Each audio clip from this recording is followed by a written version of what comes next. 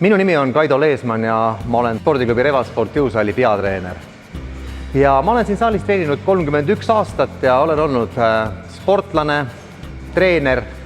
Kas need veinilaiendid mind igapäevaelus segavad, siis ma ütlen ausalt, et täna otseselt ei sega. Aga kui sa natukene loed selle asja kohta või kui sa natukene süvened, siis saad aru tegelikult, et see on väga ohtlik niimoodi elada, et saada põhimõtteliselt elada nagu püssirohu tünni otsas. Ja nii ma siis avastasingi üks hetk, et ma olen siis Estonian Vein kliinikus. Kui oli ära see operatsioon ja ma läksin siit uksest välja, et siis samal päeval ma läksin ja andsin veel 6 treeningut ja tegin ise kerge siukse aeroobse treeningu. Alates järgmisest päevast ma siis hakkasin treenima aktiivselt. Loomulikult ma jälgisin koormuseid, et ma liiga üle ei teeks, aga kandsin ka 2 nädalat sukkasid.